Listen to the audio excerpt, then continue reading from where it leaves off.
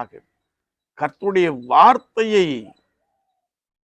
ஏற்றுக்கொண்டு அதன்படி நடக்கிறவர்களாக நாம் காணப்படுகின்ற பொழுது, கர்த்தர் உன்னை சகல ஜாதிகளிலும் சகல ஜனங்களிலும் மேன்மையாக வைப்பார் என்று கர்த்தருடைய வசனம் சொல்லுகிறது. சுவாச வாழ்க்கையிலே ஆண்டவரே, கற்பனைகளை கைக்கொள்ள எனக்கு உதவி செய்யும், எல்லார் மீதும் அன்பு கூற எனக்கு உதவி செய்யும்.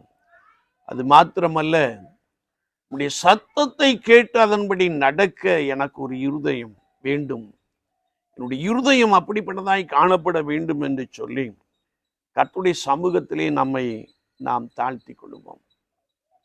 அப்படி நாம் நம்மை கர்த்தருக்கென்று அர்ப்பணித்து இந்த மாதம் முழுவதும் நான் கர்த்தருடைய வார்த்தைகளை தியானித்து அவைகளின்படி நாம் நடக்கின்ற பொழுது, செயல்படுகின்ற பொழுது, மெய்யாகவே கர்த்தர் உன்னை மேன்மையாக வைப்பார்.